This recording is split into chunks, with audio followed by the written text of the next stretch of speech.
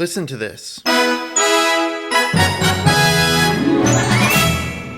That was made with a very real and very live orchestra. Now listen to this.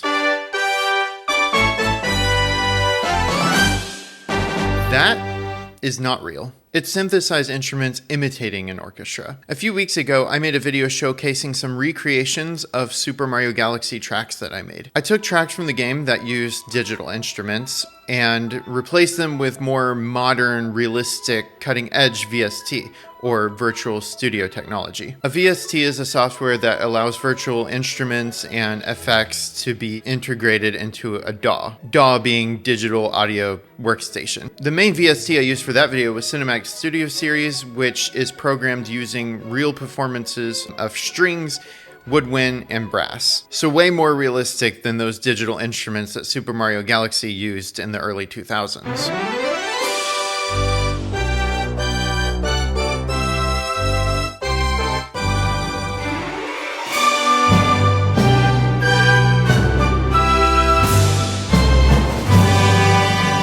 Something I didn't realize until I was reading the comments on my YouTube video and my TikTok is that a lot of people were under the impression that the entire soundtrack of Super Mario Galaxy was made using a live orchestra. And understandably, they were confused as to why I was recreating them to be more realistic if they were already real. I did think back when I played the game as a kid, and I don't think I noticed the quality difference. It all just sounded like music to me. And so maybe now it's very obvious to me because I've been studying orchestral music, and so the fake instruments sound a lot different than real performers. So I decided to look into why the entire soundtrack was not fully orchestrated. So the Super Mario Galaxy soundtrack actually has a fascinating backstory. Koji Kondo, the creator of the original Super Mario Bros. Theme, was not the main composer for Mario Galaxy. He did, however, create 4 pieces for it, including the beautiful track that plays in Good Egg Galaxy, just known as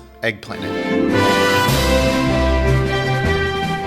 This was also chosen as the reference for how the entire soundtrack should sound by Shigeru Miyamoto himself. Kondo's main job was as an advisor to ensure that the soundtrack kept the essence of Mario. Mahito Yokota, who joined Nintendo in 2003, was chosen as the main composer for the game. He kept this essence of Mario in mind, looked at the Mario game soundtracks up to this point, and concluded that Mario had a very Latin tropical vibe. So he took the instruments that are often used in that genre, like steel drums and congas, and added a sci-fi sound to make it feel more space-like. I wish this was available to hear somewhere because it honestly sounds hilariously awesome. So Yokota, full of excitement and confidence, presents the track to Koji Kondo, and he listens and says, "This is no good." This completely shocks Mahito Yokota.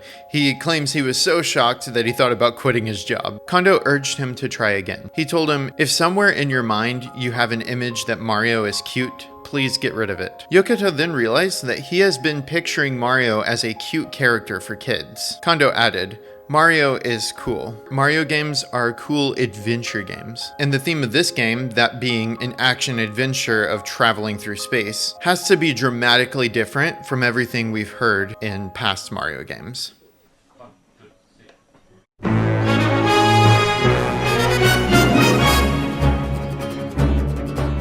It's obvious that the idea of an orchestral soundtrack was super important to the sound team for this groundbreaking Mario game. In fact, when asked how they ended up using an orchestra in an interview, Yokota answered, "Every time I see Miyamoto, I would ask him, 'How about using an orchestra?' Eventually, Miyamoto finally said, okay. Yokota also implies that it was pretty difficult to get budget approval. And this is probably one of the reasons we only got 22 orchestral songs in the game. However, I don't believe this is the only reason. You see, among the majority of the tracks that were not a live orchestra, a bunch of them were not just digital instruments trying to imitate an orchestra. Instead, it sounds like they were made to be synthesized and nothing else. For example, we have the Freeze Flame Galaxy music. It's all just pads and leads, but then again, it fits perfectly for what they're going for. No orchestra needed. Or how about the fun Sweet Sweet Galaxy music? This is just a recreation of an older track from Super Mario Bros. 3. Toy Time Galaxy, Space Junk Road, Honey Hive Galaxy. These tracks seem like they were meant to be virtual. So I believe it wasn't purely a budget issue, and it was partially a creative choice. More evidence of this are the galaxies like Melty Molten Galaxy and Buoy Base Galaxy, where it's a hybrid with a perfect blend of fake instruments and the live orchestral instruments to give it that sci-fi feel.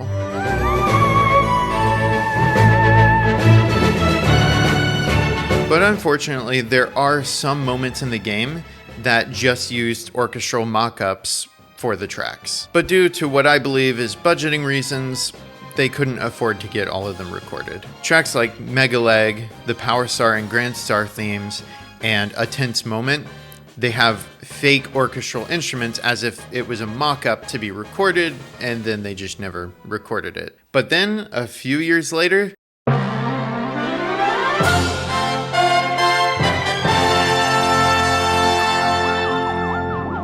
the music team was actually worried about approaching Miyamoto again to ask if they could make more orchestral pieces. But after asking him, without hesitation, he said, sure, why not? We did it for the last game, so I guess the players are looking forward to it too. Obviously, the budgeting went way better, and they had a lot more confidence to put money into getting these pieces recorded. They had even more live orchestral pieces than the first game, which is something I always suspected, but didn't know for sure until research for this video. Even the Power Star and Grand Star Get themes, besides just the key change, the only difference was the mock-up turned into live orchestra. Also, listen to the version of Koopa's Road in Galaxy 1 and Galaxy 2 and compare them.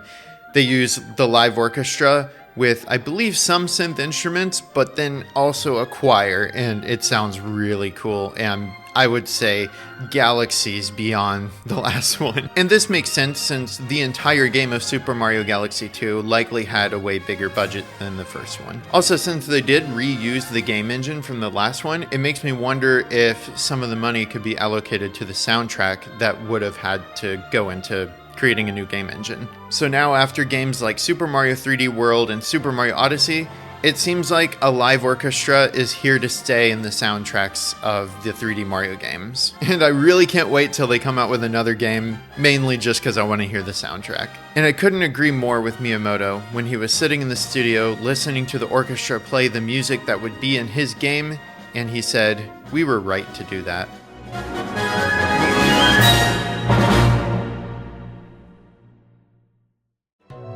Alright, so the elephant in the room is this is a very different type of video than I'm used to doing. So let me know if you want more of this essay type music history videos alongside, breaking down songs and music theory and showing off my creations. I hope you enjoyed. More than that, I hope you learned something. Let me know how I can improve this type of video. I hope I didn't ramble too much. I tried to have a script, but this is kind of rushed because I need to release this in like 2 days. Also, let me know, were you able to tell the difference between the songs that didn't have live instruments and the songs that did? I know there were a lot of comments where they could tell the difference and they started suggesting other ones that just had mock-ups that they wanted me to recreate, like Bouldergeist and the Mario Galaxy 2 Starship Sails theme, or maybe not the Starship Sails, whenever they power up the face ship from the second game. I just hit the camera. And now, the moment you've all been waiting for,